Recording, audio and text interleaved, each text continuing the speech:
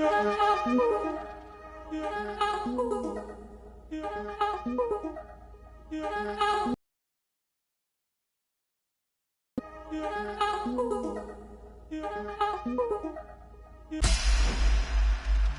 head's stronger, now you're no longer using up this space of mine. My head's stronger, now you're no longer using up this space of mine. My head's stronger, now you're no longer using up this space of mine. My head's strong. You're no longer using up the space of mine. My head's stronger. No longer using up the space of mine.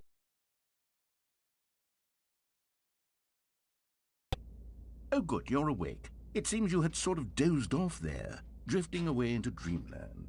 But we can't have that, Stanley, because this hole is just so darn fascinating that I want you to be wide awake for every second of it.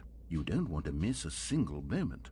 So how about if I just pop in from time to time and wake you up to keep you really, truly focused on the hole?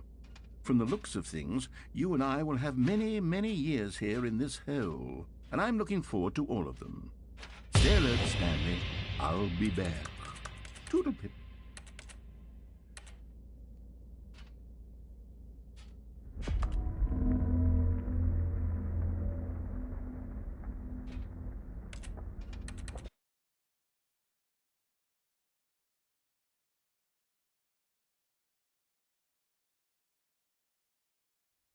Here we are. Go on, try out some of the new features.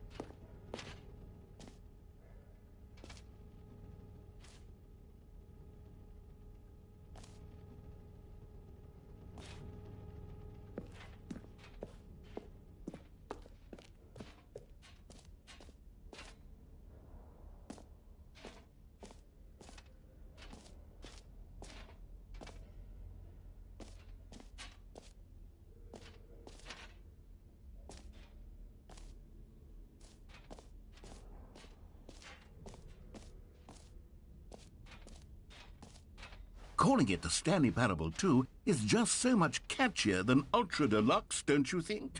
Ultra Deluxe? What does it even mean? But the Stanley Parable 2, now that's an artistic statement right there. It's future-oriented. It screams progress and innovation and long-term franchising potential.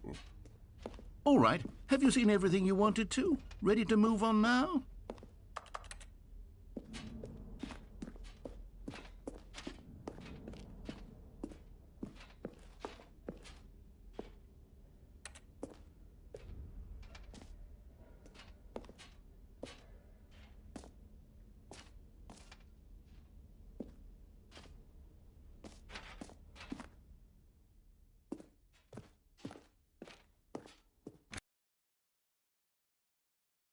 The new features? Yes, I know it's not exactly clear yet how exactly these features will come together as one single coherent video game, but I can feel it in my soul. It's going to work. There's definitely a good game in there somewhere. Say, let's do an experiment. I'll arrange these new features together and we'll see whether or not it coheres into a meaningful gameplay experience. Okay. Are you ready? Here it is. I give you the Stanley Parable 2.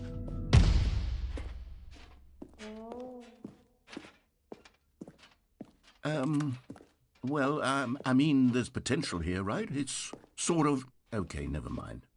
Hold on. Let me do a different arrangement. Okay, yes, this is much better. I feel good about this. Here we go. Version 2.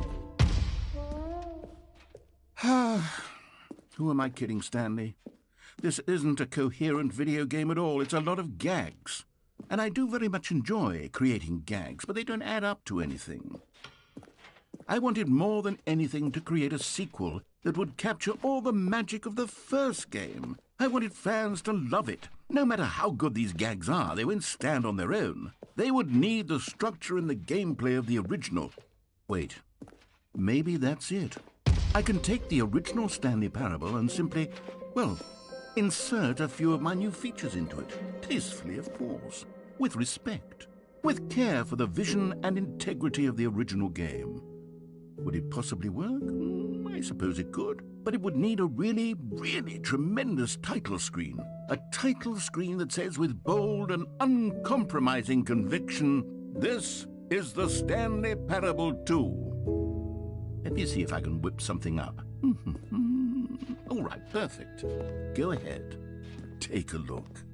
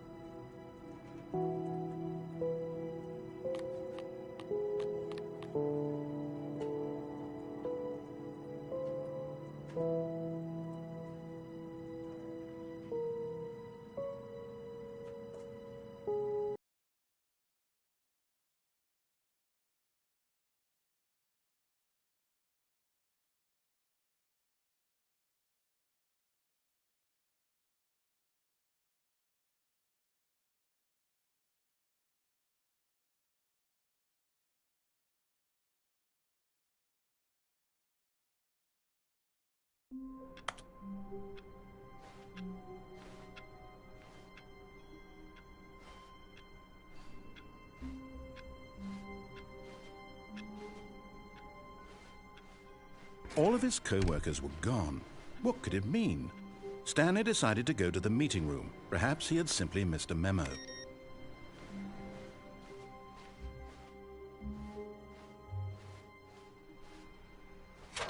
Now this, Stanley thought to himself, this is a bucket. And indeed it was.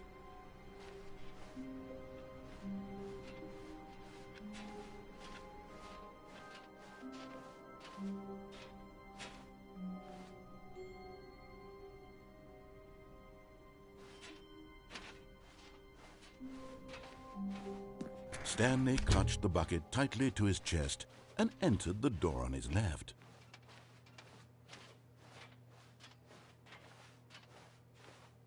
This was not the correct way to the meeting room, but Stanley had felt the bucket calling to him, telling him that the employee lounge was simply the place to be.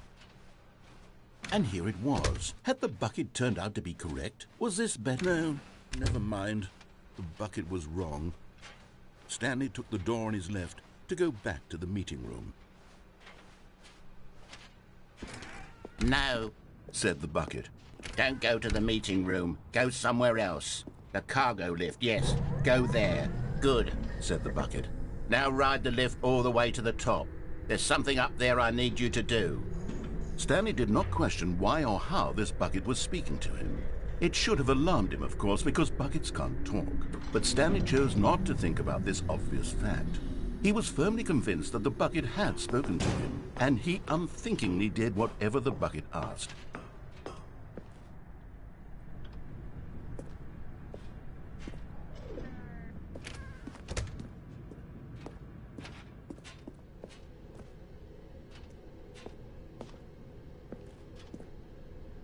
No, stop. Look there on the wall, you see? There's a sign right there. It says, "No buckets past this point." Stanley, how could you think it was okay to bring the bucket here? Unless, what if the problem is that you actually don't know what is a bucket and what isn't a bucket? I suppose that would explain a lot about your behavior up to this point. Which, if that's true, well, my goodness, I think we have to do something about it. This misunderstanding could have dire consequences on the entire rest of the game if not addressed quickly and properly. So much of the impact of the story is dependent on your understanding of what is and isn't a bucket. Please, step in here for a moment.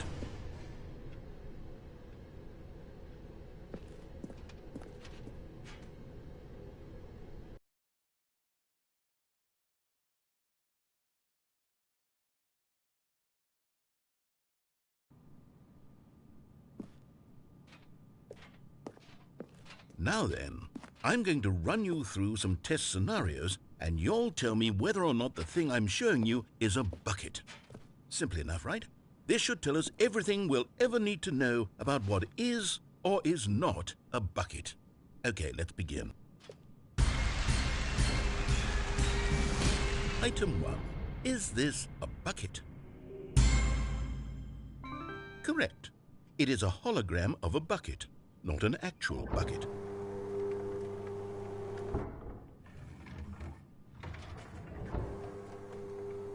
Item 2. Is this a bucket?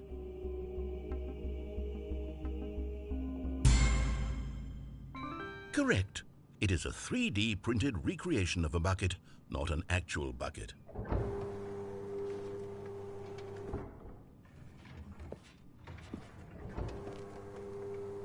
Item 3. Is this a bucket? Correct. This is a bucket.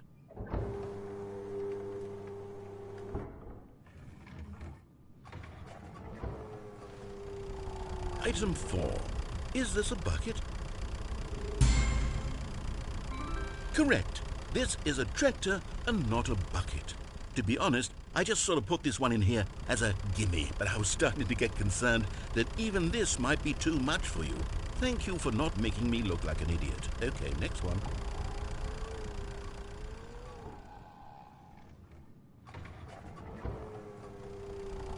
Is this a bucket? Correct. This is a bucket.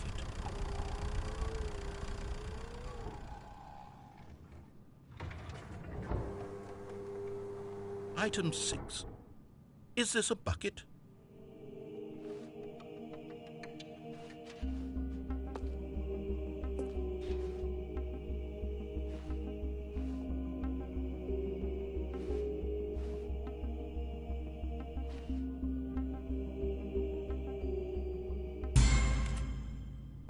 Trick question.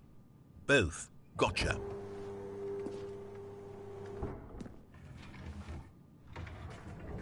Item... Wait, hold on. I can't find the next one. Let me see. Should be around here somewhere.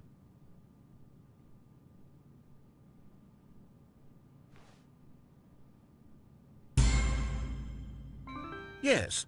Thank you. There's nothing here. Of course it isn't a bucket.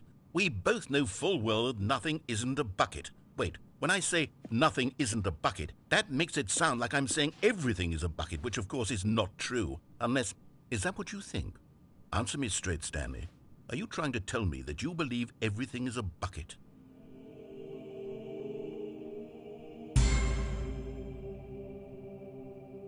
You know what? I'm too confused to even sort it out. I've lost all sense of perspective. What is a bucket? What isn't a bucket? Mere moments ago I could answer these questions with confidence, and yet now I'm somewhat adrift. Do any of us know what a bucket is? Am I a bucket? Stanley, I can't keep doing this. I'm losing myself, and myself was all I ever had to begin with. I'm afraid the bucket is threatening to tear our relationship apart. I can't have that. I'm sorry, but I'm going to erase all buckets from the game entirely. Okay, here we go.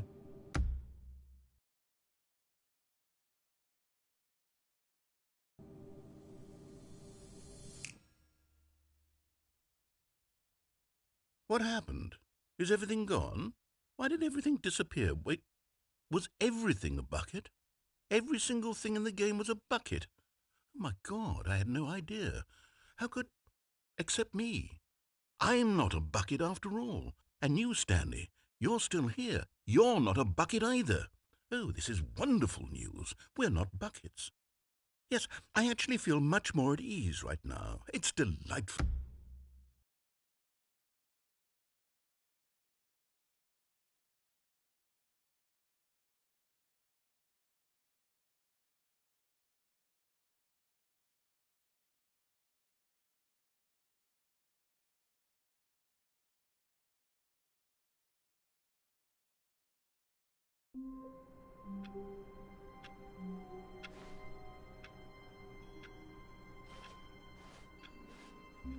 The meeting room. Yes, that's where everyone would be.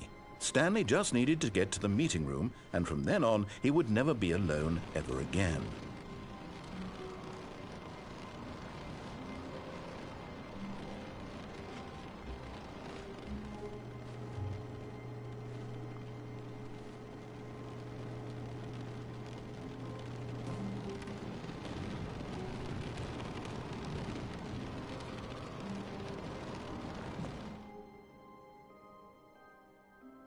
At first, Stanley assumed he'd broken the map, until he heard this narration and realized it was part of the game's design all along. He then praised the game for its insightful and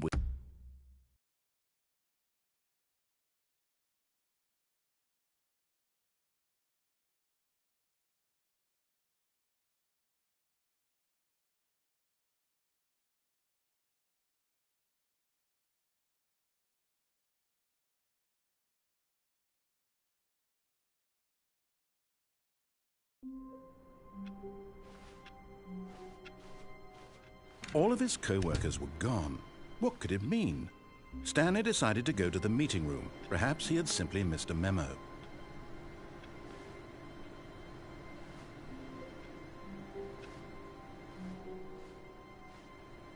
No matter how hard Stanley looked, he couldn't find a trace of his co-workers.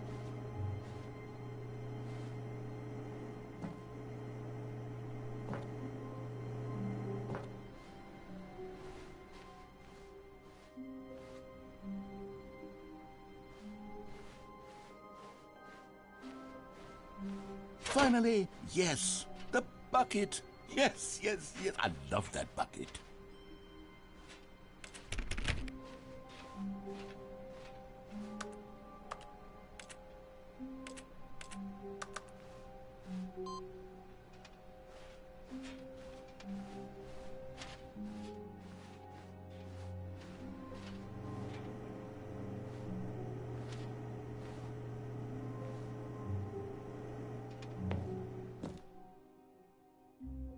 Yes, Whispered the bucket into Stanley's ear.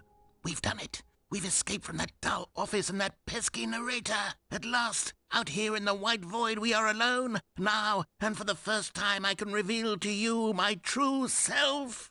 The bucket began to tell Stanley of its life and its history, of the countless wars it witnessed, desecrating the land and lives of untold numbers of innocent humans, and the bucket's own complicity therein, of sadness and regret, and the many years it spent dwelling on the actions it might have taken to curb the madness and the decay, if only it had been stronger, of hope and redemption, and its crusade to uplift the stock of life for the common man, to manifest justice where none existed, and the bittersweet reality of time, to see one's dreams and wishes met halfway, meted out in parcels like charity, and abandoned as soon as the warm glow of inspiration begins to dim.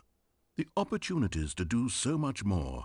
There was so much it could have done, perhaps, the bucket wondered to itself.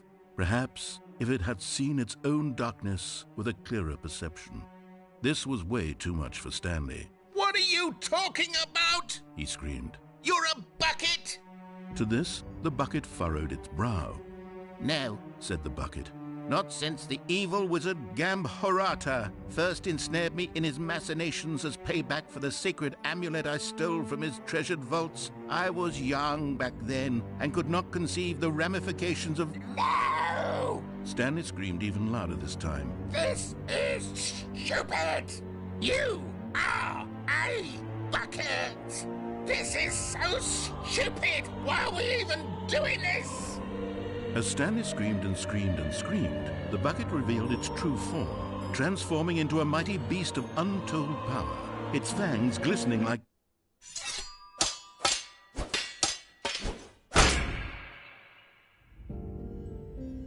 My God, Stanley, you did it. You saved us from the bucket. Thank God you already had all 12 emblems of sages and knew the incantations to summon their true power. Otherwise, we would have easily been overwhelmed by the bucket's power. I'm speechless. You've demonstrated such bravery here today. Come, let's restart the game, and we'll agree to never again go trifling with this bucket, nor the dark magic cast away inside of it.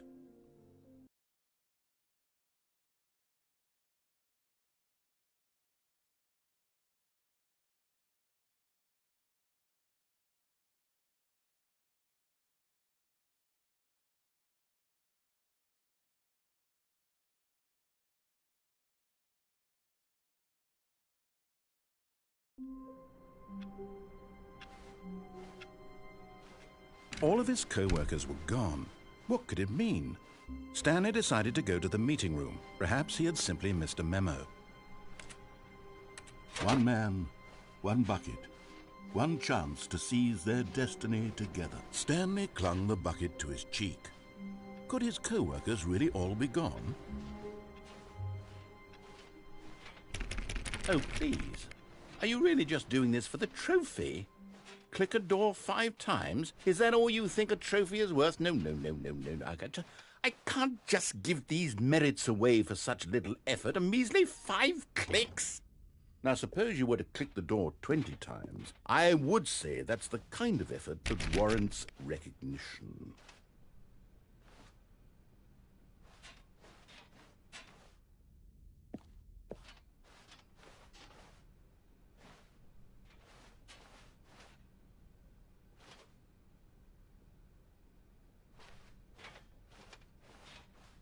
Stanley clutched the bucket tightly to his chest and entered the door on his left.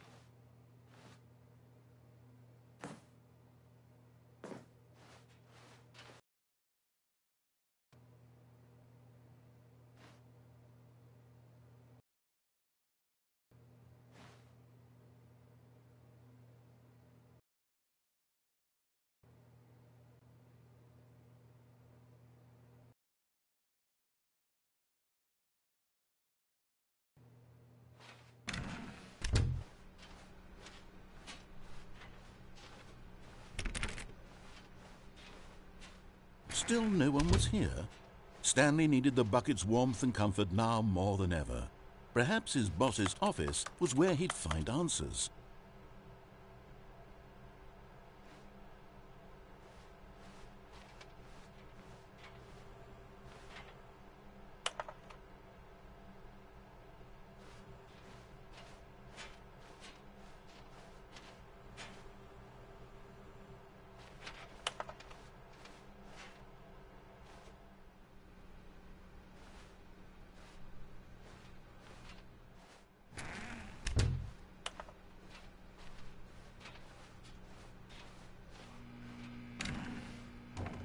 Stanley, we must move on from this broom closet, simply because I have no remaining stickers. If I did, you can guarantee we'd be in here for hours.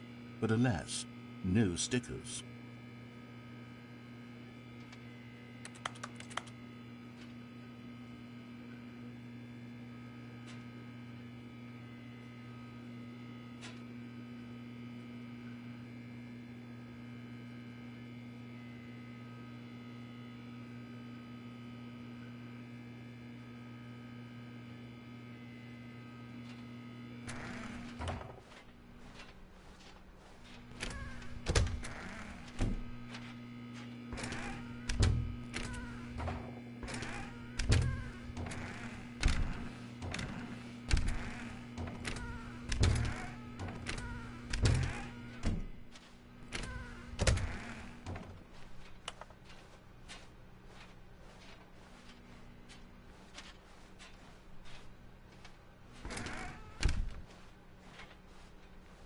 Coming to a staircase, Stanley and the bucket walked upstairs to the boss's office.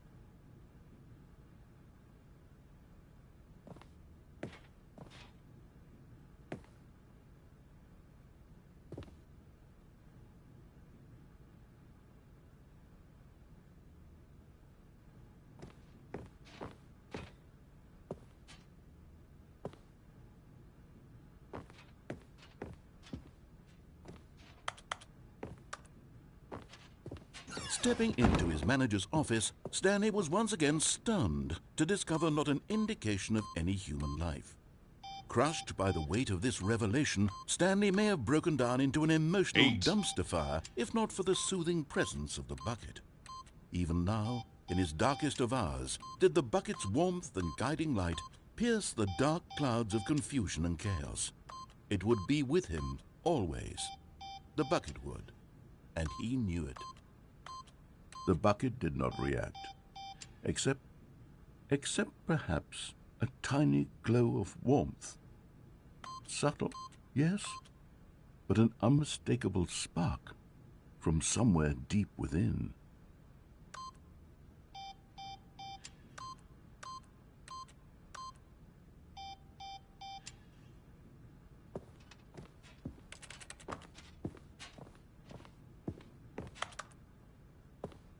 Stanley just sat around twiddling his thumbs. Trying to input anything on the device was useless, since he could never possibly know that the combination was 2845.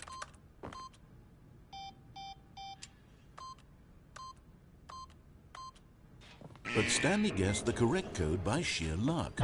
Was it that the bucket knew all along? Was the bucket guiding him? Yes, this is certainly the most logical explanation.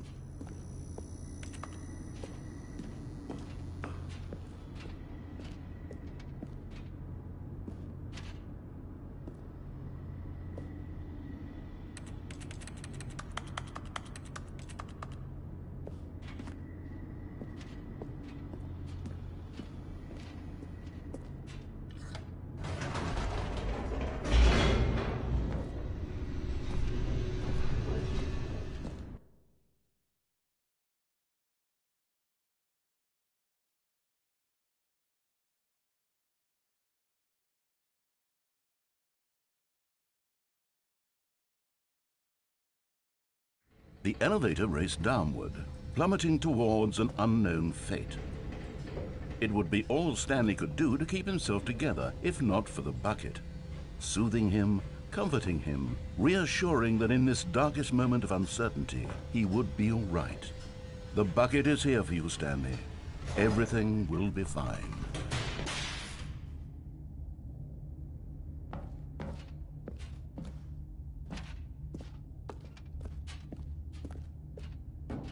Stanley and the bucket walked straight ahead through the large door that read, Mind Control Facility.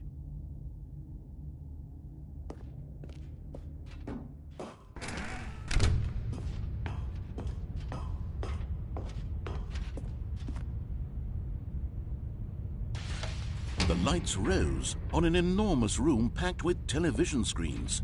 What horrible secret did this place hold? Stanley and the bucket both wondered to themselves.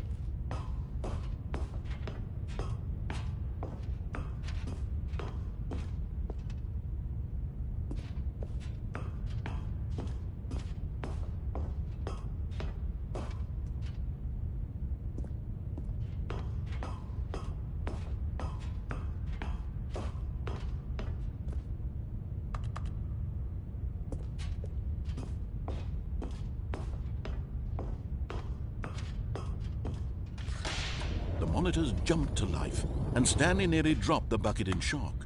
Everyone in the office was being videotaped, monitored like guinea pigs. The bucket had never seen anything like this, and it very nearly burst into tears as Stanley cradled it gently, reassuring it that everything would be fine.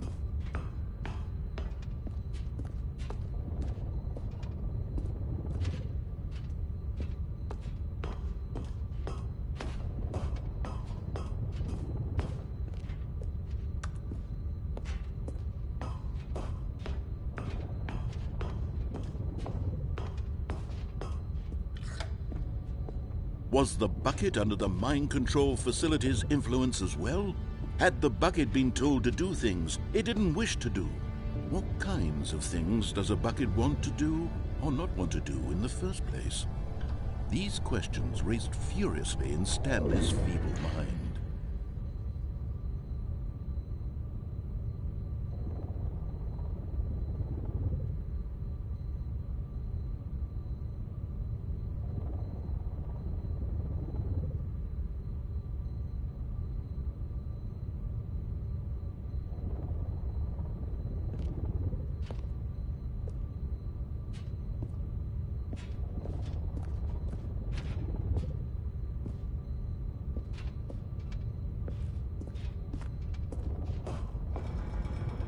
No!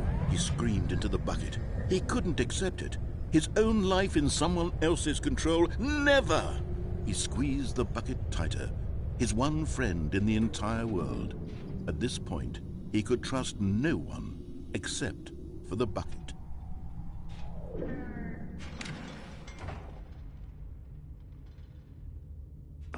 But here was the proof. The heart of the operation. Controls labeled with emotions, happy or sad or content. Walking, eating, working, all of it monitored and commanded from this very place. And as the cold reality of his past began to sink in, Stanley decided that this machinery would never again exert its terrible power over another human life. For he and the bucket would dismantle the controls for good. Two best friends, Stanley and the bucket, up against the world. They high-fived in a really cool way, and the bucket made a sassy comment about taking down the system.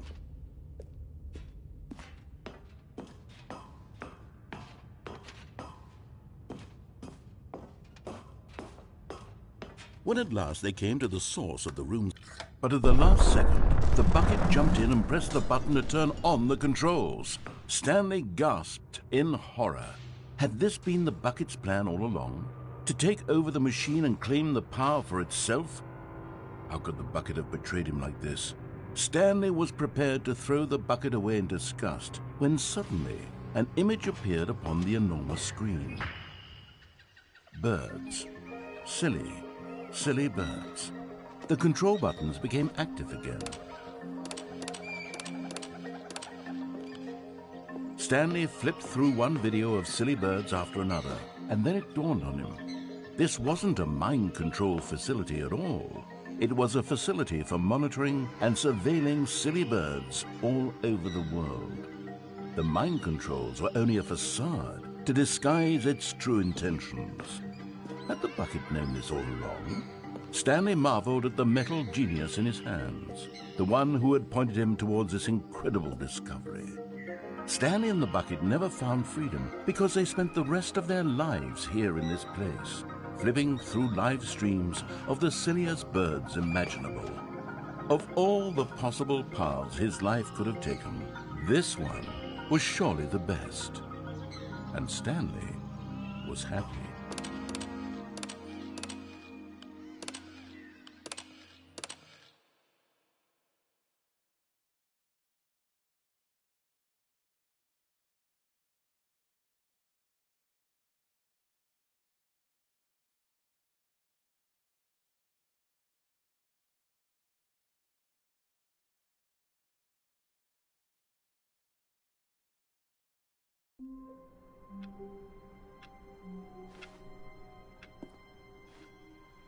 All of his co-workers were gone. What could it mean? Stanley decided to go to the meeting room. Perhaps he had simply missed a memo.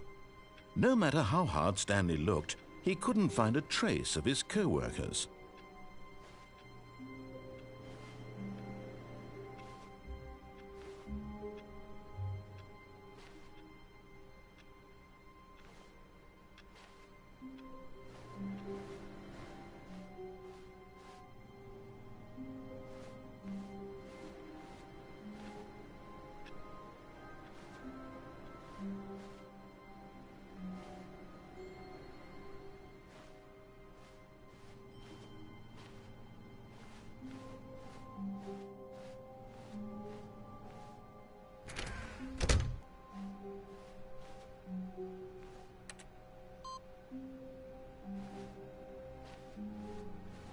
It's bucket time.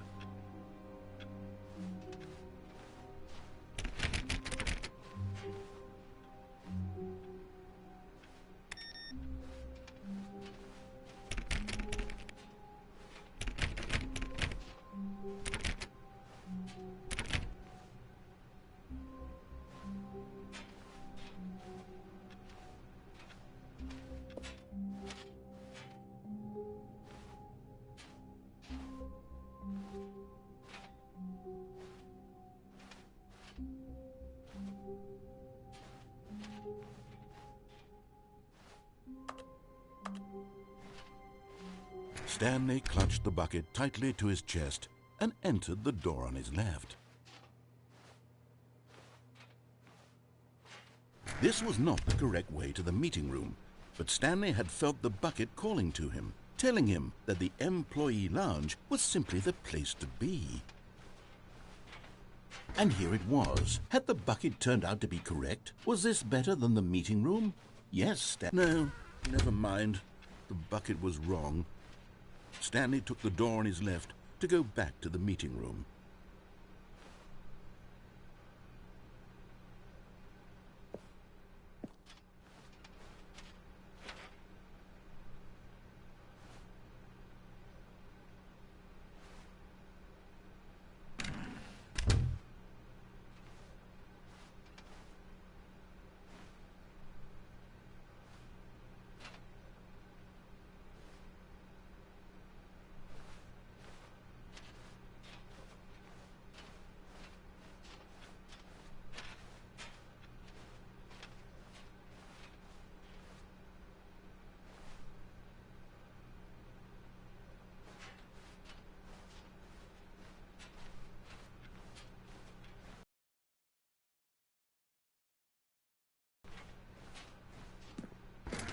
No, Said the bucket.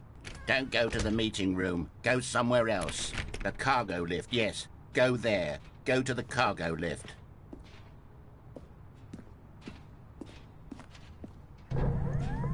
Good, Said the bucket. now ride the lift all the way to the top. There's something up there I need you to do. Stanley did not question why or how this bucket was speaking to him. It should have alarmed him, of course, because buckets can't talk. But Stanley chose not to think about this obvious fact.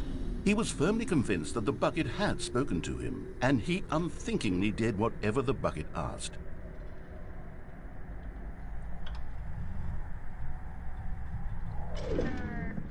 In here. Said the bucket. Go into this dark room over here. Stanley once again obeyed blindly.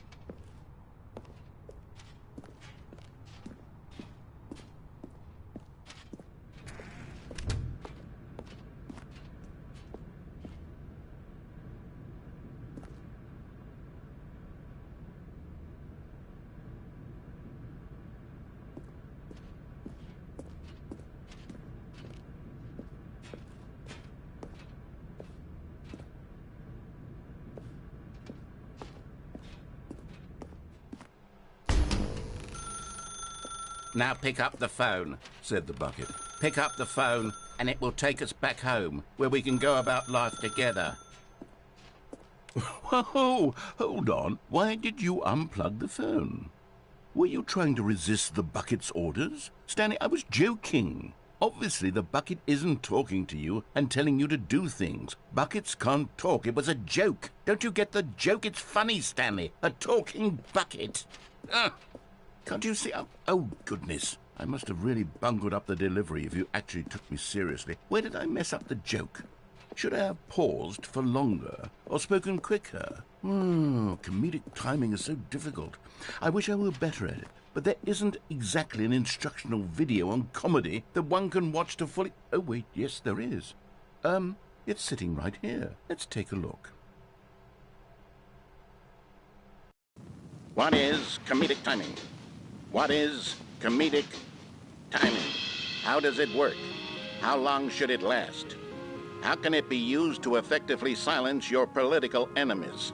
And more importantly, can it be taught in its entirety within 90 seconds? Thankfully, the answer to all of these questions is yes. Let's dive deeper. If you've ever told a joke or made someone laugh, in all likelihood, you did it while standing 50 to 80 centimeters from them in a room of no more than 76 degrees Fahrenheit, with one of your arms raised straight upward at a 15-degree angle from your body. These are the optimal conditions for good comedic timing. To begin the joke, start by stating and spelling your name. Next, provide a brief synopsis of the joke, including the specific times at which the recipient of the joke will laugh, and then spell out your name a second time. With these steps complete, it's time to begin the humor. Speak the entire joke in no more than 18 seconds and no less than 13 and a half, pausing only for bathroom breaks when necessary.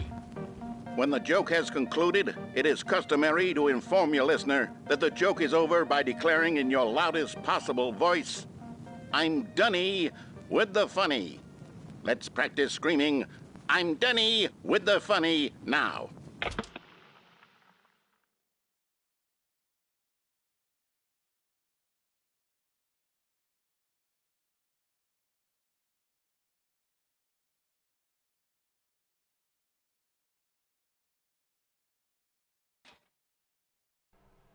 Good. This saying is a perfect example of expectations management, which is the cornerstone of good comedy. Finally, it's time to hand out surveys. Collecting hard data from your audience on how rapt they were throughout the joke is the only way to grow or learn as a comedian. An effective survey should be no less than 10 pages long and should include the same question reprinted several times, just to ensure the survey taker is actually paying attention and not simply filling in answers at random. And that's all there is. With these strategies at your disposal, you'll have audiences doubled over in laughter and even tripled over in laughter in no time at all. Just remember to let them stop laughing at some point, you gut-busting little scamp. After all, we're each of us needed on the front lines of the war to fight the 12-legged invader who threaten our very existence and to very likely die in a hailstorm of bullets and mandibles. All of us must be prepared to give our lives to this noble cause, just as our children must do after us, and their children after them. Godspeed, and may Earth reign supreme. Hey, goodness, this video is a little outdated, isn't it? Well, no matter. I think the fundamentals of proper comedic timing are still as relevant today as they were back then. So with that in mind, I believe the only way forward is for us to return to the two doors and walk through all of this again, so I can try telling my story with more appropriate comedic delivery. Come along, let's head back.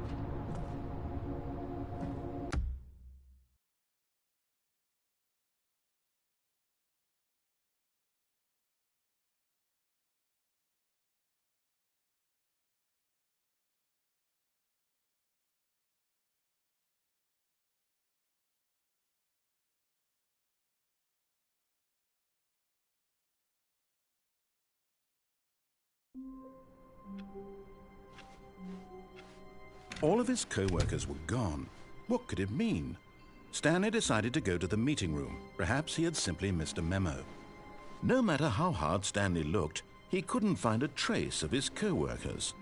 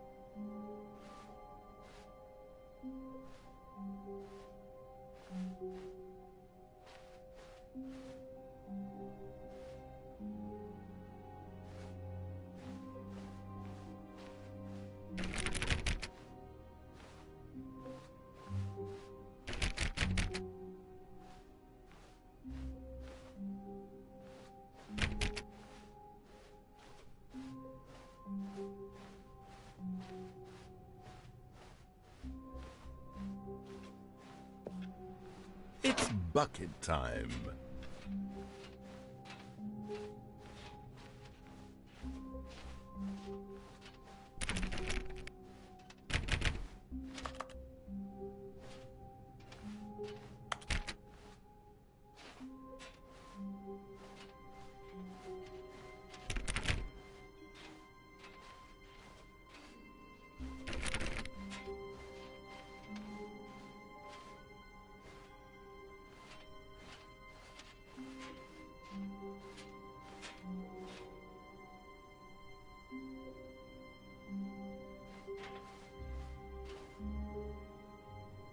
Stanley clutched the bucket tightly to his chest and entered the door on his left. This was not the correct way.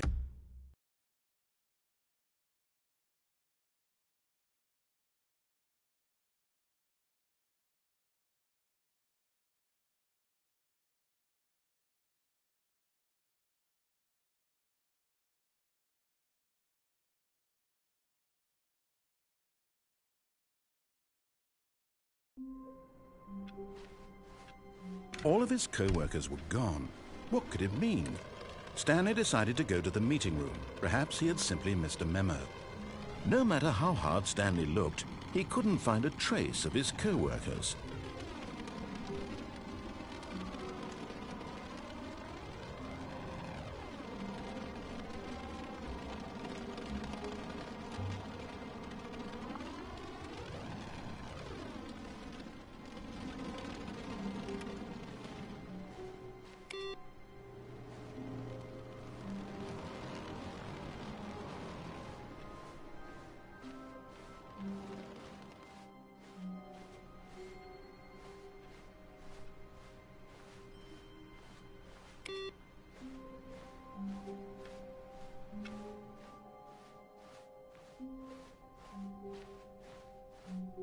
When Stanley came to a set of 2 open doors, he entered the door on his left.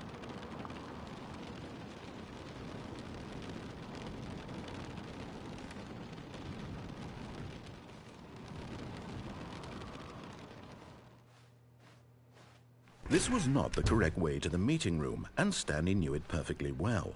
Perhaps he wanted to stop by the employee lounge first, just to admire it.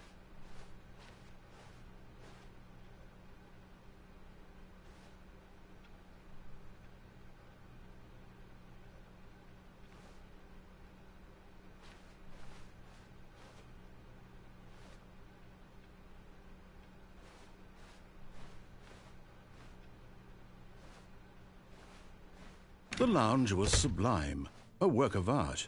What was it about this room that called so deeply and so personally to Stanley? Its grace, but eager to get back to business, Stanley took the first open door on his left.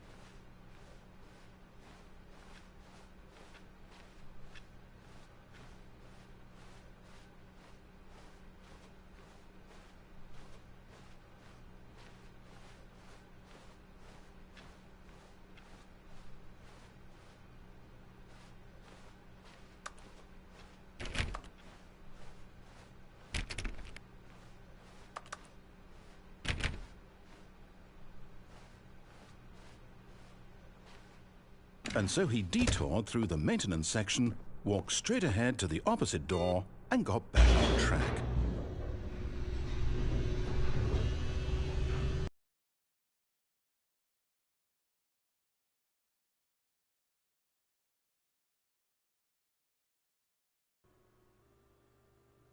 But Stanley didn't want to go back to the office. He wanted to wander about and get even further off track. So now in order to get back, he needed to go, from here it's, oh, no, it's to the right, my mistake. No, not the right. Why would I have ever said it was to the right? What was I thinking? It's clearly... Oh dear, would you hold on for a minute, please? Now, let's see. We went down, right, left, down, left, right. Yep, okay, yes. I've got it now. This story is absolutely, definitely this way.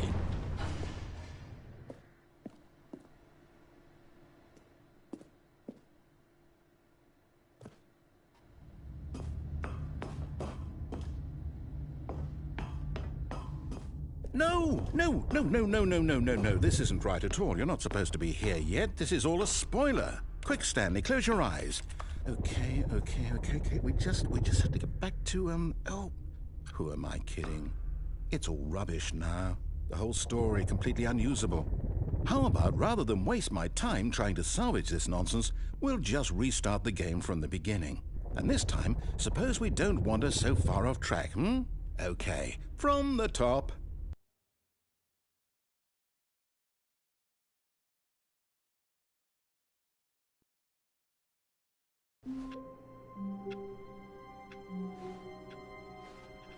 All of his co-workers were gone. What could it mean?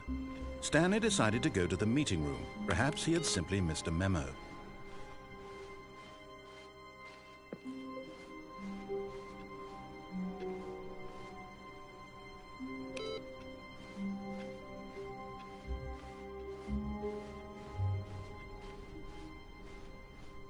When Stanley... Wait, what? No, I restarted. I swear I definitely restarted the game over, completely fresh. Everything should be... Oh, did something change? Stanley, did you change anything when we were back in that room with all the monitors? Did you move the story somewhere or... Hold on. Why am I asking you? I'm the one who wrote the story. It was right here just a minute ago. I know for sure that it's here somewhere. Okay, then. It's an adventure. Come, Stanley. Let's find the story.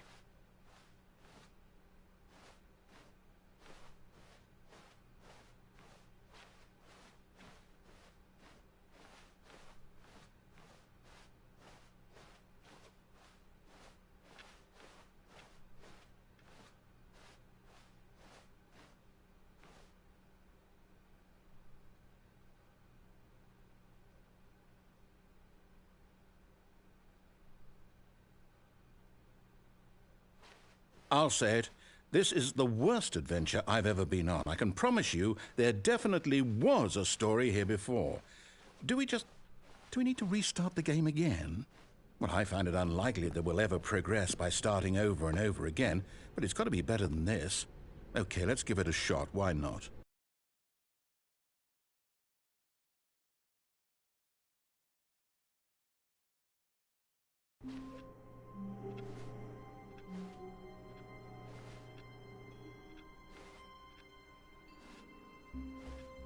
All of his co-workers were gone. What could it mean? Stanley decided to go to the meeting room. Perhaps he had simply missed a memo.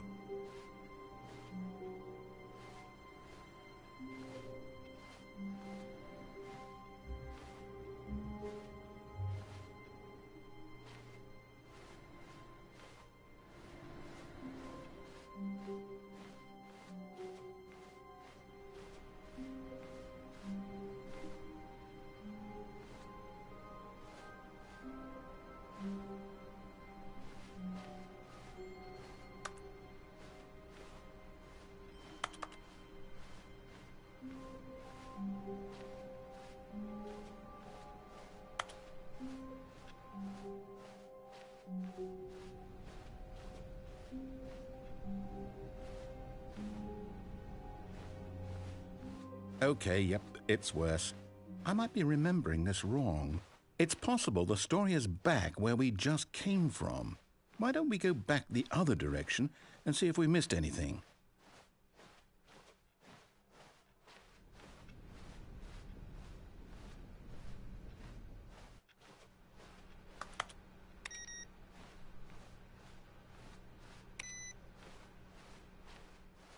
Aha! I knew we'd miss something. The story. Here it comes.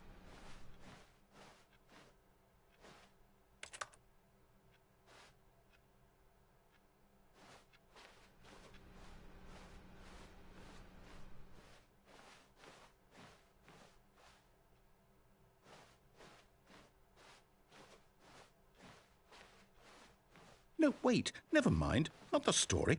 Okay, let's head back the other way and retrace our steps. Now this... Well, I'll be honest, I don't recognize this place at all. Is this the story? I don't think so. I can't quite recall, but I believe my story took place in an office building. Is that correct? Do you remember, Stanley? Well, do you know what?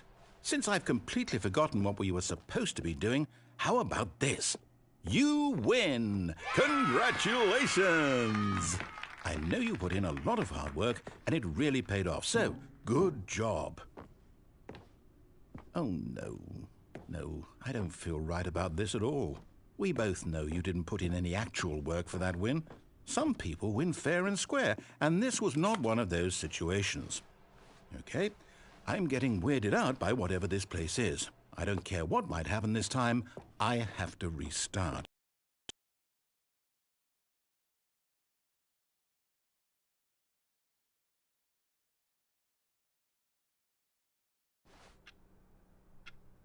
All right, I've got a solution. This time, to make sure we don't get lost, I've employed the help of the Stanley Parable Adventure Line. Simple as that.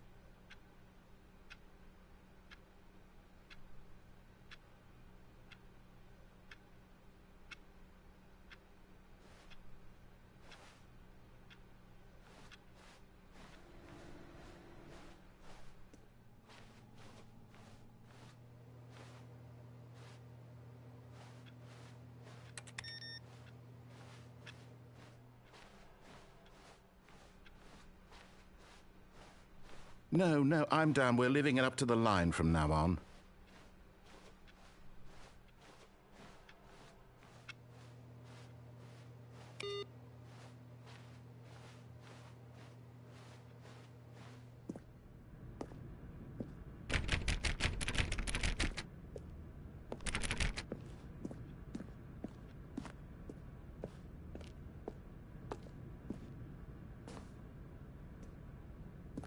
You see? The line knows where the story is. It's over in this direction. Onward, Stanley, to destiny. Though, here's a thought. Wouldn't wherever we end up be our destination, even if there's no story there? Or to put it another way, is the story of no destination still a story? Simply by the act of moving forward, are we implying a journey such that a destination is inevitably conjured into being via the very manifestation of the nature of life itself? Okay, Stanley, I need to follow this train of thought for a minute. Just stick with me. Now, we can both agree that the nature of existence is in fact a byproduct of one's subjective experience of that existence, right? Okay. Now, if my experience of your existence rests inside of your subjective experience of this office, is this office, in fact, the skeleton of my own relative experiential mental subjective construct? Whoa. Hang on. That got a bit weird back there. Well, I'd like to apologize. Not sure where I was going with all that. You know what? I think what we need right now is a bit of music to lighten the mood.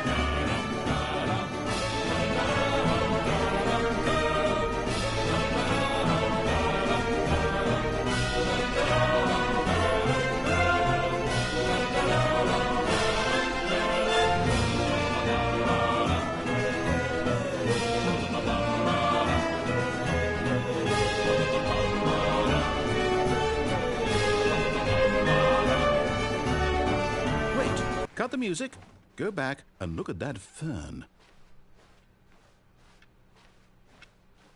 Wait, what? We're back at the office? No. Line, you do know we're looking for the Stanley Parable, right? The story? Is any of this ringing a bell?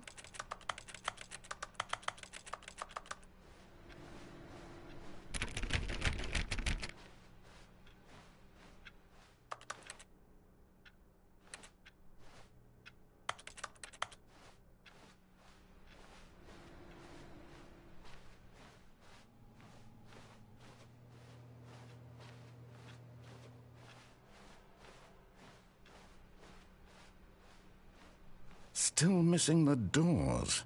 Did we make a mistake following the line? Perhaps we could have found the story on our own.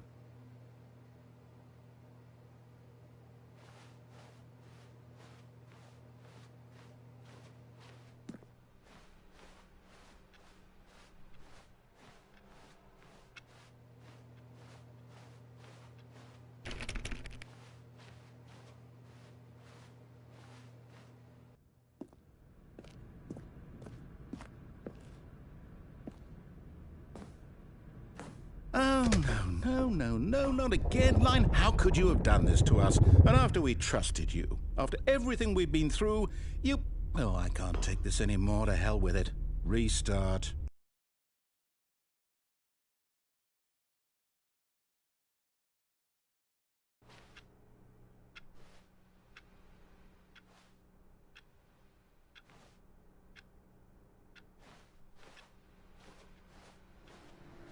You know what, Stanley?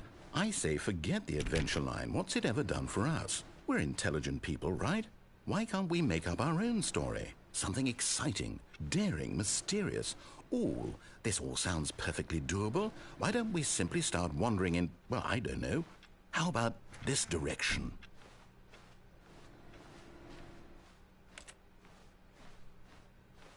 Now, yes, this is exciting. Just me and Stanley forging a new path, a new story. Well, it could be anything.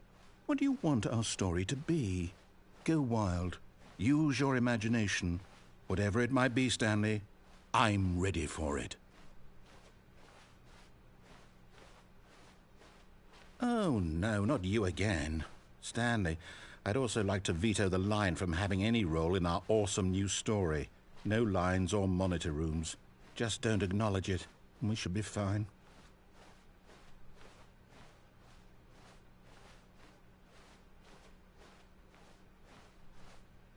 Ah, a choice. We get to make a decision. From here, the story is in our control. How important we mustn't squander the opportunity. In fact, I believe I need a minute to think here. Just walk in circles for a minute. Okay, so I know that each door has to lead somewhere, which means that somewhere at the place where we're trying to go, there must be a reverse door that leads here. And that in turn means that our destination corresponds with the counter-inverted reverse door's origin. So starting from the right, let us ask, will taking the right door lead us to where we're going? And since the answer is clearly yes, then by all accounts, the door on the right is the correct one. Another victory for logic. Come, Stanley, our destiny awaits.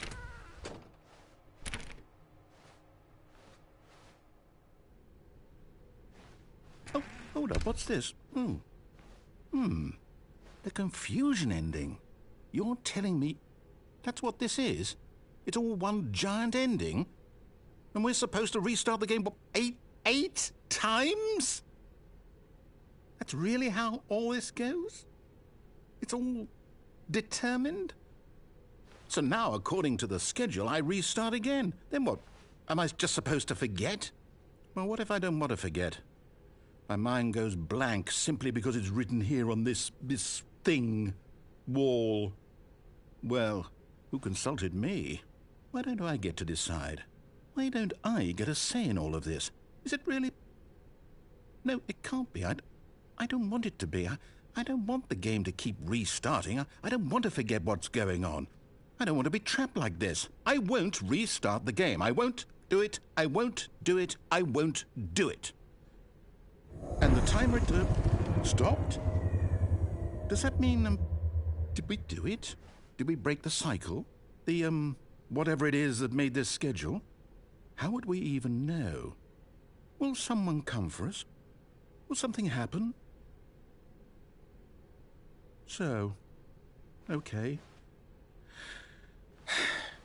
I guess now we just wait. You know, I suppose in some way that this is a kind of story, wouldn't you agree?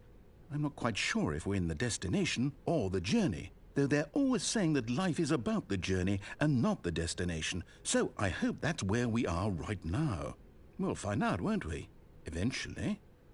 Well, in the meantime, if you...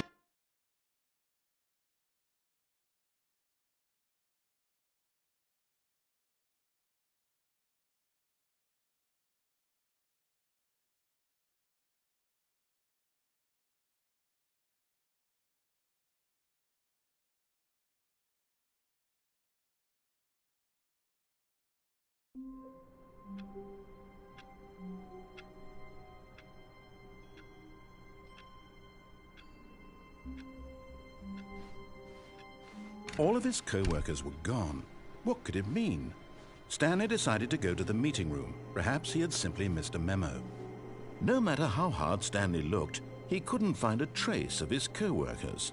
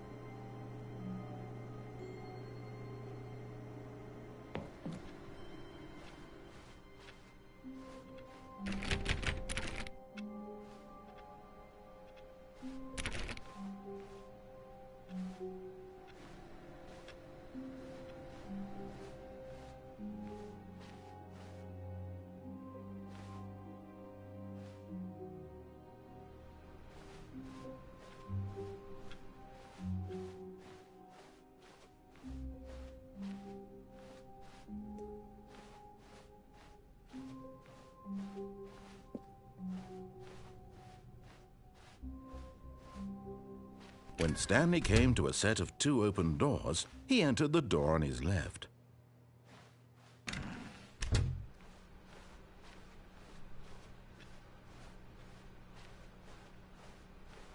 Yet there was not a single person here either.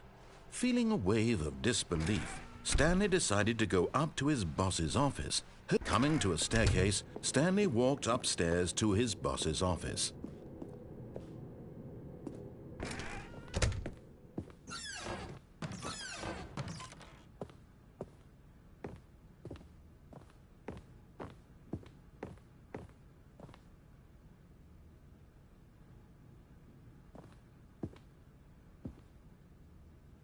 Stepping in...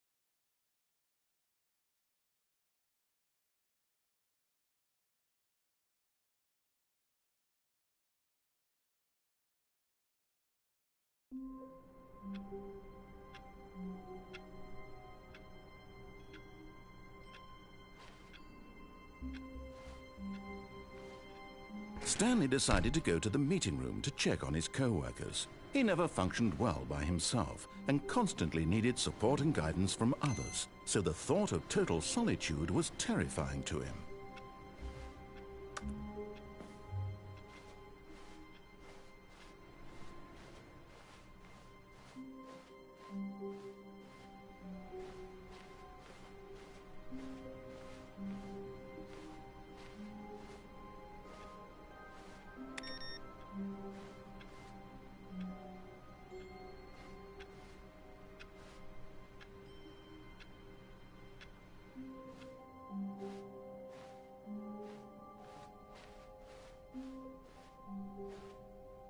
When Stanley came to a set of 2 open doors, he entered the... This was not the correct way to the meeting room, and Stanley knew it perfectly well. Perhaps he wanted to stop by the employee lounge first, just to admire it. Standing now in this incredible room, Stanley for the first... But eager to get back to business, Stanley took the first open door on his left. Stanley was so bad at following directions, it's incredible he wasn't 5 years ago.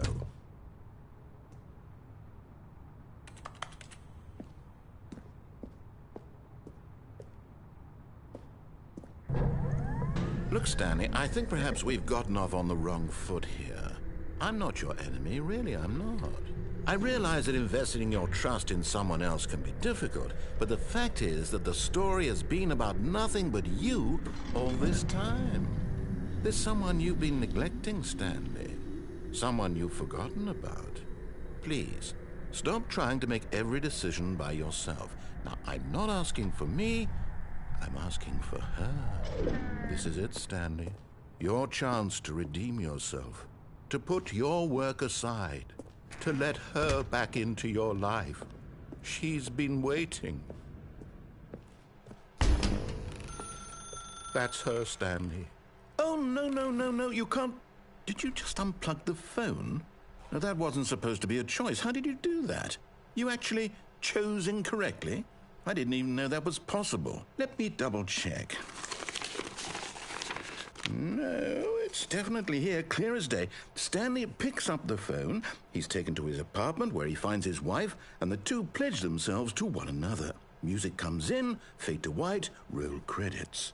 Not picking up the phone is actually somehow an incorrect course of action. How is that even possible? None of these decisions were supposed to mean anything. I don't understand. How on earth are you making meaningful choices? What did you... Wait a second. Did I just see... No, that's not possible. I can't believe it. How had I not noticed it sooner? You're not Stanley. You're a real person. I can't believe I was so mistaken. This is why you've been able to make correct and incorrect choices. And to think I've been letting you run around in this game for so long. If you'd made any more wrong choices, you might have negated it entirely. It's as though you completely ignored even the most basic safety protocol for real-world decision-making. Or did you not grasp the severity of the situation? Well, I won't have that kind of risk on my watch. I'm going to stop the game for a moment so we can educate you properly on safe decision-making in the real world. Please observe this helpful instructional video.